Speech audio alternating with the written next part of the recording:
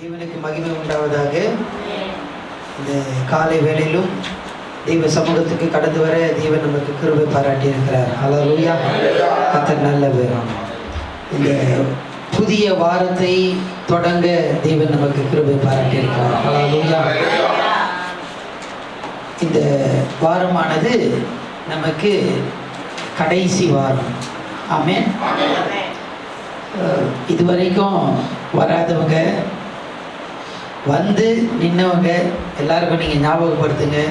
இந்த கடைசி இந்த வாரத்திலேயாவது நம்ம எல்லாரும் சேர்ந்து இந்த காலை வேளையில் தேவனை துதிக்க, தேவனை பாட, வேத வசனத்தை தியானிக்க தேவன் நமக்கு கிருபை பாராட்டுவாராக. ஹல்லேலூயா. இந்த நாளிலும் கூட கலாத்தியருக்கு எழுதின நிருபம் 3ஆம் அதிகாரத்தினுடைய 6ஆம் வசனத்திலிருந்து 14ஆம் வசனம் வரைக்கும் உள்ள வேத வசனங்களை நாம் தியானிக்கலாம்.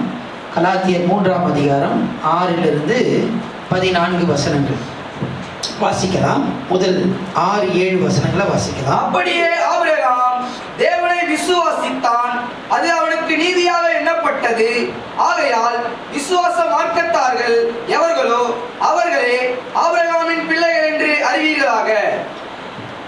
இந்த 3ஆம் அதிகாரத்திலே பரிசுத்த பவுல் முதல் 5 வசனங்களிலே ஒரு முக்கியமான காரியத்தை அவர் சொன்னதை நாம் நேற்றைய தினத்திலே பார்த்தோம். அது என்னவென்றால், கலாத்திய சபையே, உங்களுக்கு அனுபவம் முக்கியமில்லை. நீங்கள் அனுபவத்தை சார்ந்திருக்க கூடாது, வேத வசனத்தை சார்ந்திருக்க வேண்டும். நீங்கள் ரட்சிக்கப்பட்டிருக்கிறீர்கள். ரட்சிப்பு என்பது ஒரு அனுபவம். நீங்கள் ஆவியை பெற்றிருக்கிறீர்கள். ஆவியை பெறுவது என்பது ஒரு அனுபவம். நீங்கள் அற்புதங்களை பெற்றிருக்கிறீர்கள். அற்புதங்களை ஆண்டவர் உங்கள் வாழ்க்கையிலே செய்திருக்கிறார். அதுவும் ஒரு அனுபவம். ஆனால் இதை நீங்கள் சார்ந்திருக்க கூடாது. எதை சார்ந்திருக்க வேண்டும் என்றால் விசுவாச கேள்வி. விசுவாச கேள்வி என்பது வேத வசனத்தை நாம் கேட்கிறதுனால் வருகிறதான அந்த விசுவாசம். விசுவாச கேள்வி என்பது வேத வசனத்தை கேட்கிறதுனாலே நமக்குள்ளே ஒரு விசுவாசம் உண்டாகிறது. அது வேத வசனத்தினால் வருகிறது. அந்த வேத வசனத்தை நாம் அடிப்படையாக கொண்டிருக்க வேண்டும். நம்முடைய வாழ்க்கையிலே வேத வசனம் தான் முக்கியம், அனுபவங்கள் முக்கியம் அல்ல என்பதை குறித்து அவர் சொல்லிவிட்டு அடுத்தபடியாக இந்த 6ஆம் வசனத்திலிருந்து இந்த 14ஆம் வசனம் வரைக்கும் அவர் சொல்லுகிறதான காரியம் என்றால் ரட்சிப்பை குறித்து அவர் சொல்லுகிறார். ரட்சிப்பு அப்படி அவர் சொல்லும்போது முதலாவதாக இதை எங்கிருந்து ஆரம்பிக்கிறார் என்றால் ஆபிரகாமிலிருந்து அவர் ஆரம்பிக்கிறார். இஸ்ரவேலருக்கு தகப்பன் அல்லது யூதர்களுக்கு தகப்பன் என்று அழைக்கப்படுகிறதான நபர் யார் என்றால் ஆபிரகாம். ஆபிரகாம் தான் யாருக்கு தகப்பன்? இஸ்ரவேலருக்கு எல்லாருக்கும் அவர் தான் அது தகப்பனாயிருக்கிறார். எனவே அங்கிருந்து அவர் ஆரம்பிக்கிறதை பார்க்கிறோம். வாசித்ததான அந்த வசனத்தில் 6ஆம் வசனத்தில் ஆபிரகாம் தேவனை விசுவாசித்தான். ஆபிரகாம் தேவனை விசுவாசித்தான், அது அவனுக்கு நீதியாக எண்ணப்பட்டது. எண்ணப்பட்டது என்ற ஒரு வார்த்தையை நாம் அங்கு பார்க்கிறோம். எண்ணப்பட்டது. வாசிக்கலாம். ஆதியாகமத்தின் புத்தகம் 15ஆம் அதிகாரத்தினுடைய 6ஆம் வசனம். ஆதியாகமம் 15ஆம் அதிகாரத்தினுடைய 6ஆம் வசனம். அவன் கர்த்தரை விசுவாசித்தான், அதை அவர் அவனுக்கு நீதியாக எண்ணினார். அவன் கர்த்தரை விசுவாசித்தான், அதை அந்த விசுவாசத்தை நீதியாக எண்ணினார். நீதியாக எண்ணினார் என்று போடப்படும். எண்ணினார் இங்கே சொல்லப்படுகிறது எண்ணப்பட்டது. அவன் கர்த்தரை விசுவாசித்தான், அதை அவனுக்கு அவர் நீதியாக எண்ணினார். எண்ணினார் என்ற வார்த்தையை அங்க நம்ம பார்க்கிறோம். அப்படி என்றால் அதனுடைய அர்த்தம் என்னவென்றால், இந்த ஆபிரகாம் தேவனை விசுவாசித்தான். மொத்த இந்த எண்ணினார் என்றதான அந்த வார்த்தைக்கு அர்த்தம் என்னவென்றால் எல்லாத்தையும் ஒரே அக்கௌண்ட்ல போடுன்னு அர்த்தம். அது எல்லாத்தையும் ஒரே அக்கௌண்ட்ல, உண்மையா அதுக்கு அர்த்தம், அதனுடைய அர்த்தமே அதுதான். எண்ணினார் அங்க சொல்லப்படுகிறதான அந்த வார்த்தைக்கு அர்த்தம் என்னன்னா எல்லாத்தையும் ஒரே அக்கௌண்ட்ல. இப்போ நம்ம பார்த்தீங்கன்னா எல்லாருக்குமே பேங்க் அக்கௌண்ட்டு இல்லாதவங்க கிடையாது. எல்லாருக்குமே பேங்க் அக்கௌண்ட் இருக்குது. இப்போ எல்லாருக்குமே எத்தனை அக்கௌண்ட் இருக்கு? 2-3 அக்கௌண்ட் வச்சுக்கிறாங்க. சரிங்களா? இருக்குங்களா இல்லைங்களா? சேவிங் அக்கௌண்ட் ஒன்று இருக்கும், சம்பளம் வர்றது ஒரு அக்கௌண்ட்டில் இருக்கும், ஜிபே தனியாக என்ன பண்ணும் ஒரு அக்கௌண்ட்டில். இப்படி பல பேர் பல அக்கௌண்ட் வச்சுருக்காங்க. ஆனால் இங்கே சொல்லப்படுதான் அந்த எண்ணினார் என்ற வார்த்தைக்கு அர்த்தம்னா எல்லாத்தையும் தூக்கி எதில் போடு? ஒரே அக்கௌண்ட்டில் போடு. அதான் அதனுடைய அர்த்தம். இப்போ ஆண்டவர் சொல்கிறாரு, எல்லாத்தையும் தூக்கி ஆபிரகாம் தேவனை விசுவாசித்தான், அதனால எல்லாத்தையும் தூக்கி எதில் போட்டாரு? ஆபிரகாம் அக்கௌண்ட்டில் போட்டார். இப்போ எல்லாமே இப்போ நமக்கு பல அக்கௌண்ட் இருக்கு, எல்லாத்தையும் தூக்கி ஒரே அக்கௌண்ட்ல போட்டா என்னன்னா அந்த அக்கௌண்ட்ல இருந்து நம்ம என்ன பண்ண முடியும்? பணத்தை எடுக்க முடியும், எதுவுமே செய்ய முடியும். அது மாதிரி எல்லாத்தையும் எடுத்து எதுல போட்டார் ஆண்டவர்? ஆபிரகாமுடைய அக்கௌண்ட்ல போட்டார். இப்ப ரட்சிப்பை பத்தி அவர் சொல்லும் போது முதல்ல அதை எப்படி ஆரம்பிக்கிறார்னா, ஆபிரகாம் தேவனை விசுவாசித்தான், அல்லது ஆபிரகாம் தேவனை நம்பி அவர் விசுவாசித்தான். ஆபிரகாமுடைய தகப்பன் தேராகு அவன் விக்கிரகங்களை வணங்குறவனாய் இருந்தான். ஆனால் ஆபிரகாம் தேவனை விசுவாசித்தான். அதை அவனுக்கு நீதியாக, அதை ரட்சிப்பாக மாற்றினார். எல்லாருடைய ரட்சிப்பையும் ஆபிரகாமுக்குள்ள என்ன பண்ணிட்டாரு? வைத்து விட்டார். எல்லாரும் ரட்சிக்கப்படணும்னா யார் மூலமா தான் ரட்சிக்கப்படணும்? ஆனா பின்னாடி நம்ம பார்க்கிறோம் இயேசுவின் மூலமா தான் நமக்கு ரட்சிப்பு. ஆனா எல்லாத்தையும் தூக்கி ஆண்டவர் எங்க போட்டாரு? ஆபிரகாமுக்குள்ள போட்டு விட்டார் என்று நம்ம அங்க பார்க்கிறோம். 7ஆம் வசனத்தை வாசிக்கலாம். ஆகையால் விசுவாச மார்க்கத்தார்கள் எவர்களோ அவர்களே ஆபிரகாமின் பிள்ளைகள் என்று அறிவீர்களாக. இப்ப கவனிங்க, விசுவாச மார்க்கத்தார் எல்லாருமே எதுல இருந்தா வரணும்? அவங்களுடைய பிள்ளைகள். அந்த அக்கௌண்ட் எப்படின்னா அதுல இருந்து தான் பிள்ளைகள். அதுக்கு கீழே ஆபிரகாமுக்கு கீழே தான் என்ன பண்ணணும்? எல்லாமே வரணும். அப்படின்ற மாதிரி ஆண்டவர் என்ன பண்ணிட்டார்னா மாற்றி விட்டார். ஆபிரகாம் தேவனை விசுவாசித்தான், அதை அவனுக்கு நீதியாக எண்ணினார். இன்னொரு வார்த்தையில சொல்லணும்னா ஆபிரகாம் மூலமாக தான் ரட்சிப்பை ஆண்டவர் எல்லாத்தையும் எல்லாருடைய ரட்சிப்பை எங்க வச்சிட்டார்? ஆண்டவர் ஆபிரகாமிலே வைத்து விட்டார். அதை அவனுக்கு நீதியாக எண்ணினார். எல்லாத்தையும் ஒரே அக்கௌண்ட்ல போட்டுட்டார். இப்ப போட்டவர் வாசிக்கலாம். 8-9 வசனங்களை வாசிக்கலாம். மேலும் தேவன் விசுவாசத்தினாலே புறஜாதிகளை நீதிமான்கள் ஆக்கிறார் என்று வேதம் முன்னாக கண்டு உனக்குள் சகல ஜாதிகளும் ஆசீர்வதிக்கப்படும் என்று ஆபிரகாமுக்கு சுவிசேஷமாய் முன்னறிவித்தது. அந்தபடி விசுவாச மார்க்கத்தால் விசுவாசமுள்ள ஆபிரகாமுடனே ஆசீர்வதிக்கப்படுகிறார்கள். இப்ப கவனிங்க, ஆபிரகாம் தேவனை விசுவாசித்தான், அவன் ரட்சிக்கப்பட்டான். சரிங்களா? இப்ப அவருடைய பிள்ளைகள் என்னவா இருக்கிறாங்க? 6ஆம் வசனம் இல்ல மன்னிக்கோ 7ஆம் வசனம். ஆபிரகாமின் பிள்ளைகளா இருக்கிறார்கள். ஆமா, விசுவாசமா அவருடைய பிள்ளைகளா இருக்கிறார்கள் என்று அறிந்திருக்கிறோம். அவருடைய பிள்ளைகள் எல்லாம் வராங்க. இப்போ புறஜாதிகளுடைய கதை என்ன? எல்லாத்தையும் தூக்கி ஆண்டவர் என்ன பண்ணிட்டாரு? ஒரு அக்கௌண்ட்ல போட்டார். சரிங்களா? இப்ப வேற அக்கௌண்டே கிடையாது. இப்ப அதன் மூலமா ரட்சிப்பு. இப்ப அவங்க பிள்ளைகள் எல்லாம் அவங்க சந்ததி யூதர்களுக்கு ரட்சிப்பு வரும் ஆபிரகாம் மூலமா. இப்போ புறஜாதிகளுடைய கதை என்ன? புறஜாதிகள் எப்படி ரட்சிக்கப்படுவாங்க அப்படின்னு பார்த்தா இப்போ வாசிக்கலாம். இப்போ வாசித்ததான அந்த வசனத்தை திரும்பமா வாசிச்சுட்டு நம்ம இன்னொரு வசனத்தை வாசிக்கலாம். 8ஆம் வசனம் வாசிக்கலாம். மேலும் தேவன் விசுவாசத்தினாலே புறஜாதிகளை நீதிமான்களாக்குறார் என்று வேதம் முன்னாக கண்டு. ஓகே, கவனிங்க. ஆபிரகாம் ரட்சிக்கப்பட்டாப்பா, அவருடைய சந்ததி ரட்சிப்பு அவங்களுக்குள்ள வருது. அப்படியே யூதர்களுக்கு ரட்சிப்பு வருது. கிறிஸ்து அந்த சந்ததியில பிறக்கிறாரு. ஓகே, இப்போ புறஜாதிகள் கதை என்ன அப்படின்னா என்ன போட்டிருக்கு? புறஜாதிகளை நீதிமான்களாக்குகிறார். அப்போ ஆபிரகாமின் மூலமாக தான் புறஜாதிகள் என்ன பண்றாங்க?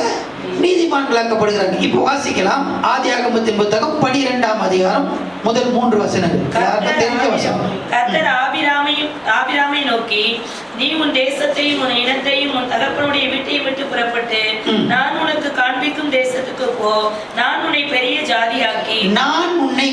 ஜாதியாக்கி ஆசீர்வதித்து உன் பேரை பெருமைப்படுத்துவேன். நீ ஆசீர்வாதமாய் உன்னை ஆசீர்வதிக்கிறவர்களை ஆசீர்வதிப்பேன், உன்னை சபிக்கிறவர்களை சபிப்பேன்.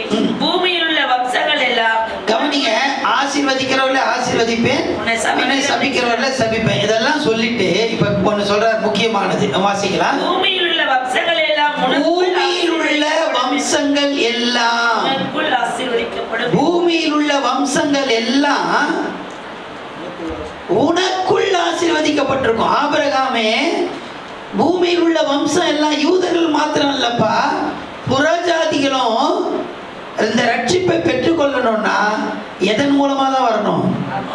ஏன்னா எல்லாத்தையும் தூக்கி எதில் போட்டு அவனுடைய அக்கௌண்ட்ல போட்டுருங்க. யூதர்களுக்கு மாத்திரமல்ல, புறஜாதிகளுக்கும் உன் மூலமாகத்தான். அந்த கடைசி பகுதியை வாசிக்கலாம். பூமியில் உள்ள வம்சங்கள் எல்லாம் உனக்குள் ஆசீர்வதிக்கப்பட்டிருக்கும். எதற்குள்? உனக்குள் ஆசீர்வதிக்கப்பட்டிருக்கும். ஹல்லேலூயா. இப்போ ஆபிரகாம் தேவனை விசுவாசித்தான், அவனுக்கு ரட்சிப்பு கிடைத்தது. அவன் சந்ததிக்கு அவன் மூலமாக ரட்சிப்பு கிடைத்தது. இப்போ புறஜாதிகளுக்கு என்ன அப்படின்னு சொன்னா ஆபிரகாம் மூலமாக தான் வருகிறது. ஏனென்றால் அவர் எல்லாத்தையும் தூக்கி எங்க போட்டுட்டாரு? ஆபிரகாமுடைய அக்கௌண்ட்ல போட்டுட்டு இருக்காரு. இன்னொரு வசனத்தை வாசிக்கலாம். கலாத்தியர் 3ஆம் அதிகாரம் 16ஆம் வசனம். 3:16. ஆபிரகாமுக்கும் அவனுடைய சந்ததிக்கும் வாக்குத்தத்தங்கள் பண்ணப்பட்டன. சந்ததிகளுக்கு என்று வாக்குத்தத்தங்கள் பண்ணப்பட்டன. சந்ததிகளுக்கு என்று அநேகரை குறித்து சொல்லாமல் உன் சந்ததிக்கு என்று ஒருவனை குறித்து சொல்லியிருக்கிறார். அதனால் அந்த சந்ததி மாத்திரம் அல்ல, அவன் மூலமாக எல்லா வம்சங்களும் ஆசீர்வதிக்கப்படும். அவன் மூலமாக எல்லா வம்சங்களுக்கும் ரட்சிப்பு உண்டாகிறது. ஹல்லேலூயா. இயேசுவின் மூலமா தான் ரட்சிப்பு. ஆனால் அதனுடைய அந்த வழி எப்படி அப்படின்னு சொன்னா, ஆபிரகாமை ஆண்டவர் தெரிந்து கொண்டார்.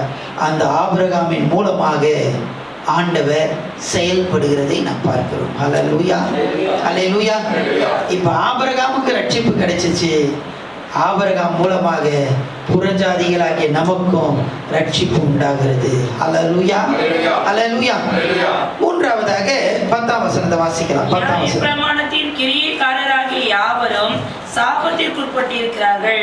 நியாய பிரமாண புஸ்தகத்தில் எழுதப்பட்டவைகள் எல்லாம் செய்யத்தக்கதாக அவைகளில் நிலைத்திராதவன் எவனோ அவன் சபிக்கப்பட்டவன் என்று எழுதியிருக்கிறது. அடுத்த வசனம். நியாய பிரமாணத்தினாலே ஒருவனும் தேவனிடத்தில் நீதிமான் ஆகிறதில்லை என்பது வெளியரங்கமாய் இருக்கிறது. ஏனெனில் விசுவாசத்தினாலே நீதிமான் பிழைப்பான் என்று எழுதியிருக்கிறது. இன்னொரு வசனம் வாசி. 12. நியாய பிரமாணமோ விசுவாசத்துக்குரியதல்ல. நியாய பிரமாணம் விசுவாசத்துக்குரியது அல்ல. அவைகளை செய்கிற மனுஷனே அவைகளால் பிழைப்பான். ஓகே, இப்ப கவனிங்க. இங்க கலாத்து சபையில பாத்தீங்கன்னா அவங்க என்ன, இப்போ பவுல் இதை எழுதும் போது எங்க ஆரம்பிச்சாருன்னு பார்த்தோம்? ஆபிரகாம்ல ஆரம்பிச்சார். ஆனா யூதர்களுக்கு முக்கியமானது என்னது? நியாயப்பிரமாணம் தான் முக்கியம். நியாயப்பிரமாணம் முக்கியம். இப்போ நியாயப்பிரமாணம் யாரிடத்துல இருந்து வந்தது? மோசே கிட்ட இருந்து வந்தது. இப்ப இவங்க என்ன சொல்றாங்க? எங்களுக்கு முக்கியமானவர் யாருங்க? மோசே தானங்க முக்கியம், நியாயப்பிரமாணம் தானே முக்கியம் அப்படின்னு சொல்லி இவங்க பின்னாடி நம்ம அதை 5ஆம் அதிகாரத்தில் நம்ம பார்ப்போம். அதனாலதான் 2 காரியத்தை அவர் சொல்றார். மோசேயை குறித்தும் ஆபிரகாமை குறித்தும் அவர் சொல்றதை நம்ம பின்னாடி நம்ம பார்க்கலாம். அதனுடைய ஒரு சின்ன காரியத்தை தான் இங்கே நம்ம பார்க்குறோம் இந்த 3ஆம் அதிகாரத்தில்.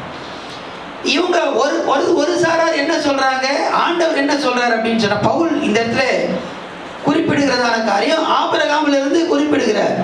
ஆனா இவங்க என்ன நினைக்கிறாங்க, கலாத்தியர்ல இருக்கிறவங்க, எங்களுக்கு நியாயப்பிரமாணம் முக்கியம். நியாயப்பிரமாணம் ஆபிரகாமுங்க கொடுத்தாரு. நியாயப்பிரமாணத்தை கொடுத்தது யாரு? மோசே தானங்க கொடுத்தாரு. மோசே தானங்க முக்கியம் அப்படின்னு சொல்லி, நியாயப்பிரமாணம் தானே முக்கியம் அப்படின்னு சொல்லி அவங்க சொல்லுகிறாங்க. அதற்கு தான் பரிசுத்த பவுல் இந்த இடத்துல தேவ ஆவியினாலே ஏவப்பட்டு அவர்களுக்கு விளக்குகிறார். நியாயப்பிரமாணத்தினால என்ன கிடையாது, நீ நீதிமானாக முடியாது. இன்னொரு வார்த்தையில சொல்லணும்னா ரட்சிப்பு கிடையாது. விசுவாசத்தினாலதான் என்னது, ரட்சிப்பு உண்டு. உனக்கு ரட்சிப்பு வேணும்னு சொன்னா உனக்கு மோசே கொடுத்துருக்கலாம்ப்பா. மோசே ரொம்ப முக்கியமானவராக கூட இருக்கலாம் உங்களுக்கு. அவர் நியாயப்பிரமாணத்தை கொடுத்துக்கலாம். நியாயப்பிரமாணம் உங்களுக்கு ரொம்ப முக்கியமானதாக இருக்கலாம், ஓகே. ஆனா அந்த நியாயப்பிரமாணம் உனக்கு ரட்சிப்பை கொடுக்காது. ரட்சிப்பு வேணும் அப்படின்னு சொன்னா, ஆபிரகாம் ஆண்டவர் அழைத்தார், அவனை தெரிந்து கொண்டார். நான் ஒருவனை அல்லவா தெரிந்து கொண்டேன் என்று ஆண்டவர் சொல்லுகிறார். அந்த ஒருவனை தெரிந்து கொண்டு எல்லாத்தையும் தூக்கி எந்த அக்கௌண்ட்ல போட்டாரு, ஆபிரகாம் அக்கௌண்ட்ல போட்டாரு. எண்ணினார்.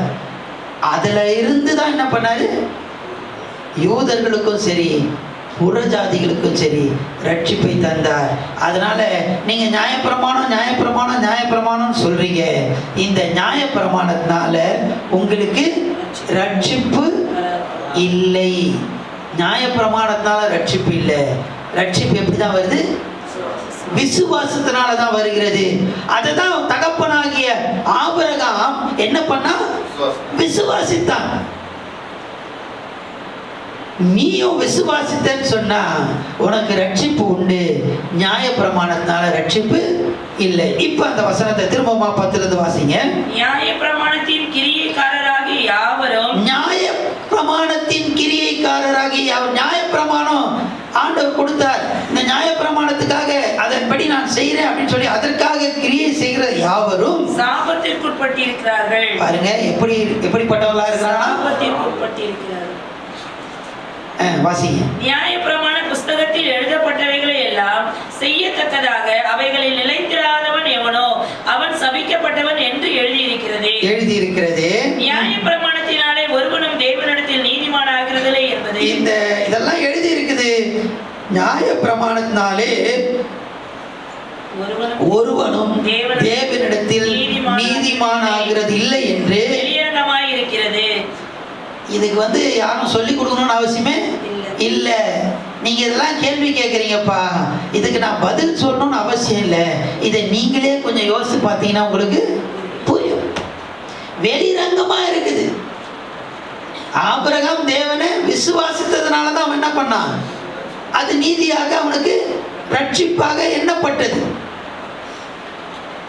நீ இந்த நியாயப்பிரமாணம் நியாயப்பிரமாணம் நியாயப்பிரமாணம் சொன்னீங்கன்னா இதனால உனக்கு ரட்சிப்பு இல்லை.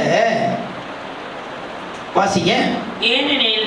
ஏனெனில் விசுவாசத்தினாலே நீதிமான் பிழைப்பான் என்று எழுதியிருக்கிறது. விசுவாசத்தினாலதான் ரட்சிப்பு உண்டாகிறது. நீதிமான் பிழைப்பான். ஹல்லேலூயா. இங்க நீதிமான் பிழைப்பான் என்று சொல்லப்படுகிறது.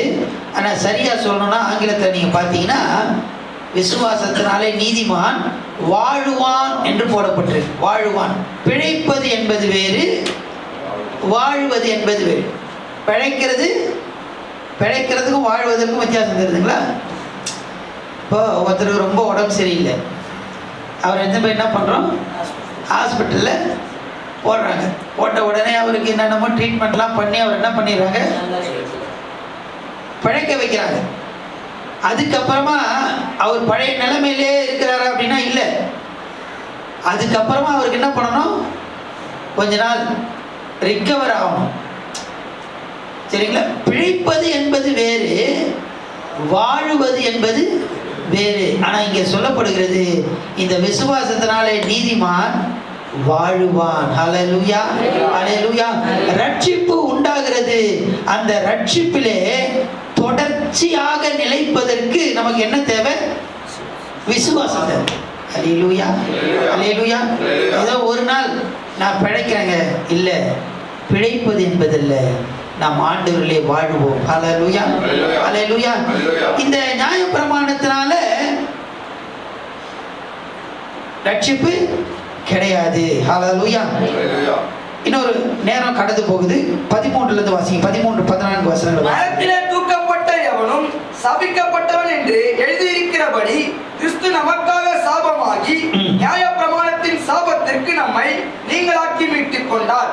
ஆபிரகாமுக்கு உண்டான ஆசீர்வாதம் கிறிஸ்து இயேசுவினால் புறஜாதிகளுக்கு வரும்படியாகவும் ஆவியை குறித்து சொல்லப்பட்ட வாக்குத்தத்தத்தை நாம் விசுவாசத்தினாலே பெரும்படியாகவும் இப்படி ஆயிற்று. கவனிங்க, முதல்ல ஆண்டவர் சொல்ற பவுல், பரிசுத்த பவுல் இந்த பகுதியில் சொல்லுகிறதான காரியம் என்னவென்றால், ரட்சிப்பு ஆபிரகாம் மூலமாக உண்டாகிறது, வருகிறது. சரிங்களா?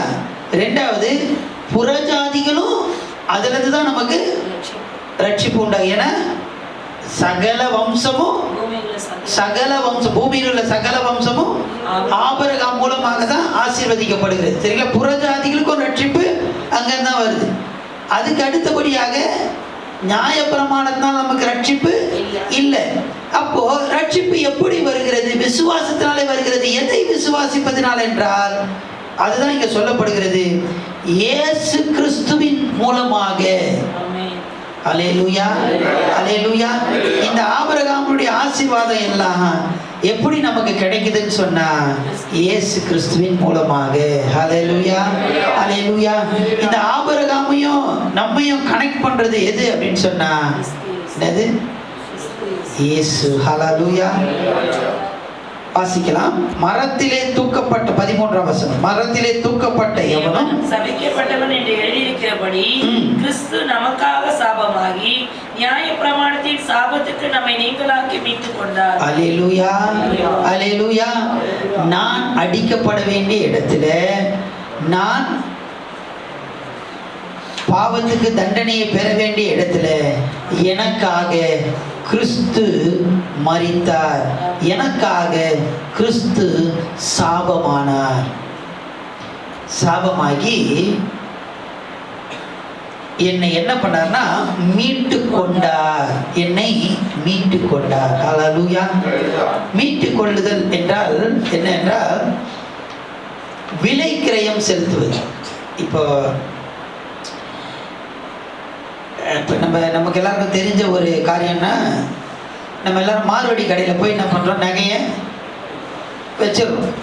அது நம்ம எல்லாருக்கும் தெரிஞ்ச ஒரு உதாரணன்றதுனால நான் உங்களுக்கு சொல்கிறேன். நம்ம கையில் இருக்கிற நகையை மார்வடி கடையில் வைக்கிறோம். வச்சதுக்கப்புறமா நம்ம எண்ணத்தை கொடுத்து அதை திரும்பி மீட்க முடியும். அந்த வாங்கின தொகையை ஏதோ ஒரு காரியத்தை நம்ம கொடுத்தா தான் அதை என்ன பண்ண முடியும், மீட்க முடியும். அதுபோல நம்ம எல்லாரையும் நம்ம என்ன பண்றோம், சாபத்துக்கு, பாவத்துக்கு அதுல போய் நம்ம சிக்கி கொண்டோம். உலையான சேற்றிலே, பயங்கரமான குழியில போய் நம்ம என்ன பண்ணோம், மாட்டிக்கொண்டோம்.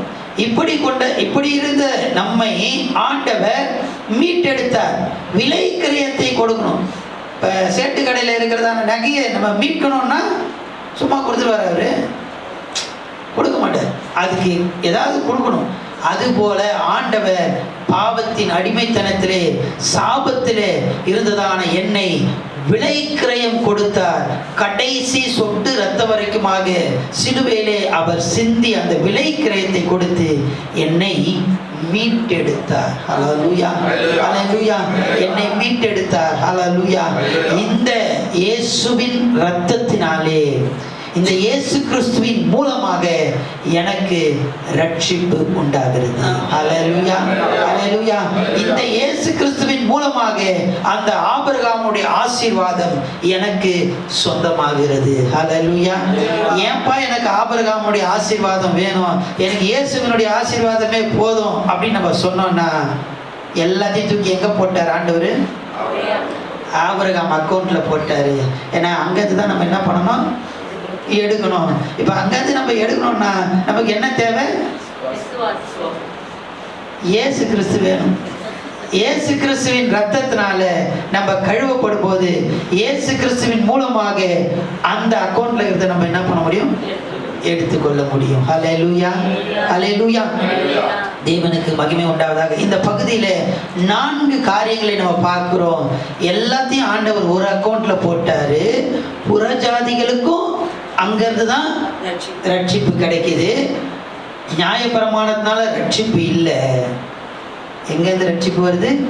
இயேசு கிறிஸ்துவின் மூலமாக நமக்கு ரட்சிப்பு. அவர் சிலுவையிலே ரத்தம் சிந்தி மரித்ததின் மூலமாக அதை நம்ம விசுவாசிப்போம் என்று சொன்னால் அதன் மூலமாக நாம் ரட்சிப்பை பெற்றுக்கொள்கிறோம். ஆபிரகாமுடைய ஆசீர்வாதத்துக்கு நாம் சொந்தக்காரர்களாக மாறுகிறோம். கண்களை மூடி கர்த்தரை நோக்கி நம்ம பார்க்கலாம்.